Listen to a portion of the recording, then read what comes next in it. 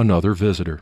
One day, a guard came to our room telling me to get ready because a high-ranking member of the Revolutionary Guard was coming to speak with me. Confused, I asked, "Do you mean to take the prison pajamas off and put my normal clothes on?" No, he said. "When he comes, you need to stand and do not interrupt him." Then he left. None of us understood why someone of position was coming to see me. I thought it might be another one of their tricks. I was afraid and nervous. Sometimes I wished to die soon and be released from the emotional torture of wondering when it would happen. But what could we do? Nothing. After an hour or so, a tall young man in guard's uniform came in. We all stood up. He ordered us to sit and be comfortable. "Who is Mr. Shyesta?" he asked. "That's me, sir," I responded. "How are you?" he asked. "I am waiting on death row, sir, and it is not a good feeling at all," I said. "What do you think about Obolasan Bani Sadr and where he is now?" the man asked. Dr. Bani Sadr, the first Islamic president after the revolution, was now in exile, and we were political colleagues. In response to his question, I said, "I feel good about him. I know that he is an intellectual man and wants to serve his countrymen. The only thing that I do not like about him is that he was not brave enough to stay in his country." "Do you know that he is Gorbzadeh, or someone who loves Western values at the cost of his own?" he questioned. "No," I answered. "I do not know this." He said, "Yes, he is. We have tried to kill him many times, but because he is protected by the French police, we have been unsuccessful." I said nothing. This is the attitude of committed Muslims. They call a person Gorbzadeh if he or she shows favor even to one value of the West.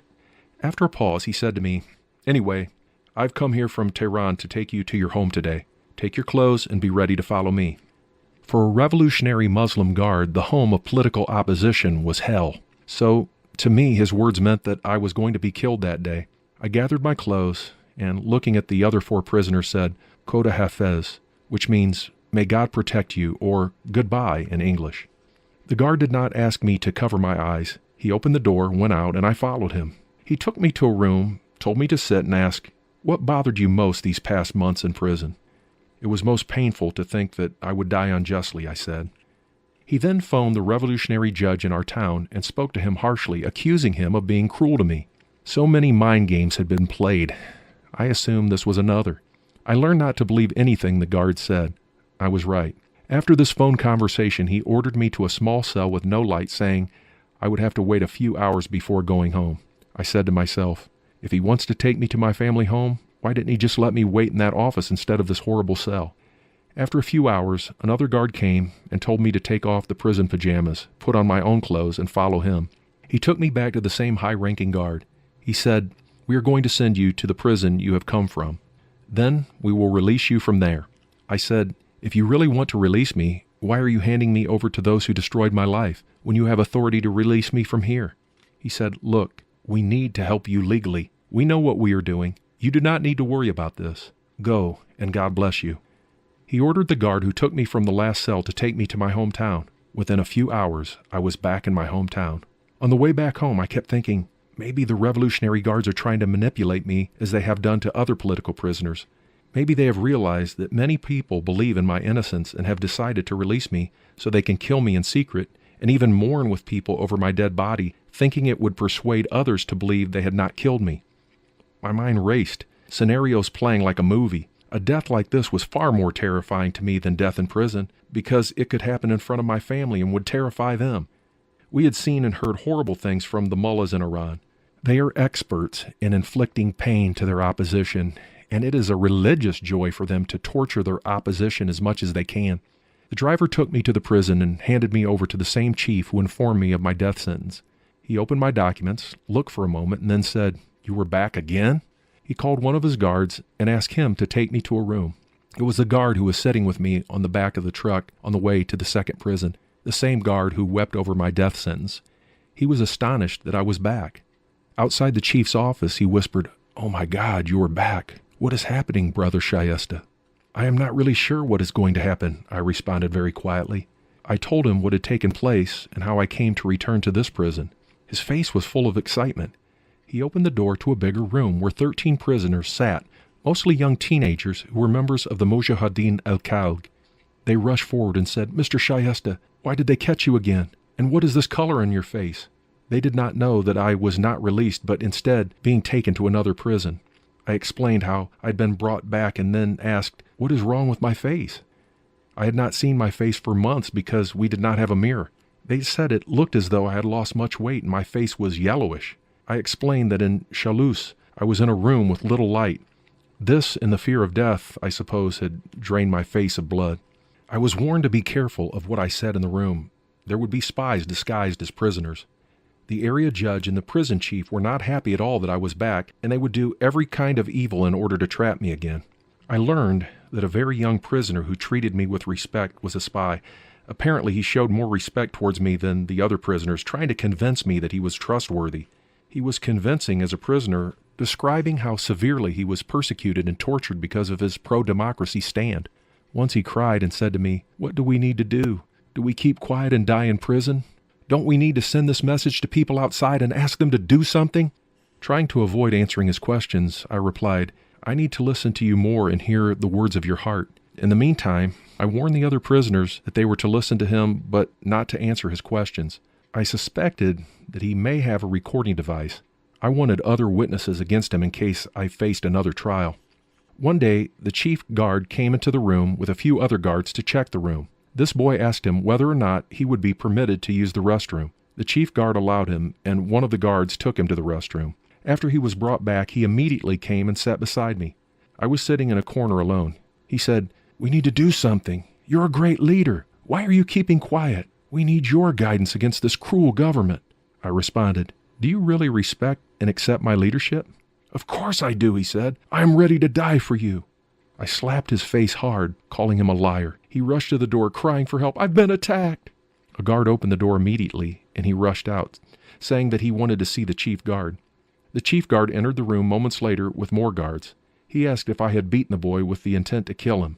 I said, "I did not want to kill him. I just wanted to slap him." "You know that this will cost you a lot," he said. "I knew that it would cost me," I said. "But I did this in order to prevent the huge burden he's been trying to load on our shoulders." Time and time again, he encouraged prisoners to plan riots and send messages to the people outside to encourage them to riot against the government.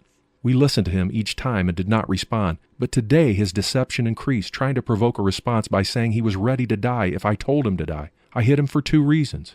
First, we will not get involved in his plan to riot against the government. Second, I just wanted to test him in order to see whether he was really honest in saying that he valued me as a leader and was ready to die for me. Every prisoner here knows that he has consistently lied to us. When I finished, the other prisoners confirmed what I had said and asked for the removal of the traitor. Then the chief guard took me out by the door to talk to me privately. He said, "You ought not to beat a prisoner, no matter what he does. You have to call a guard and report to him." "I know that I have acted illegally," I said. "I am ready to pay the cost, and I believe my cost is far less than the cost he aims to cause for the country. All the prisoners know that he is a betrayer of our country, and he must face justice."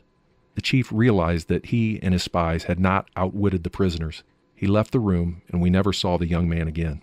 I wondered, what is happening to me? I was told in Chalus that I was going home, but I'm still locked up. My temporary release paper was ready, but still unsigned. The revolutionary judge of the area did not want me to be released, but eventually a new judge was appointed and signed the paper, and I was released temporarily. I was told my documents and death sentence were being reviewed. I had to appear in the Revolutionary Court the first day, Saturday, in Iran, of each week to show that I was in the city. I could go nowhere without the court's permission. I even doubted the review as being real or just another scheme.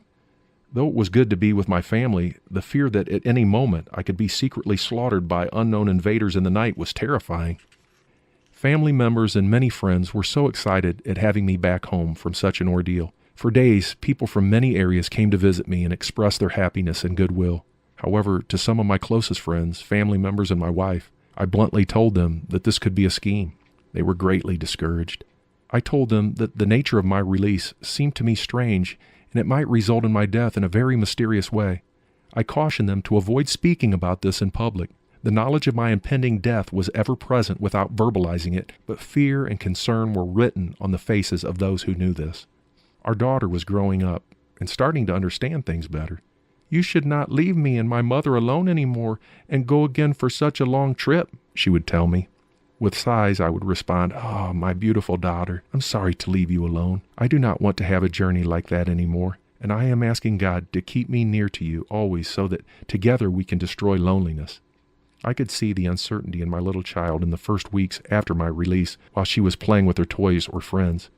She was so uncomfortable any time I wished to go out. She wanted to make sure that I was not going to break my promise to her.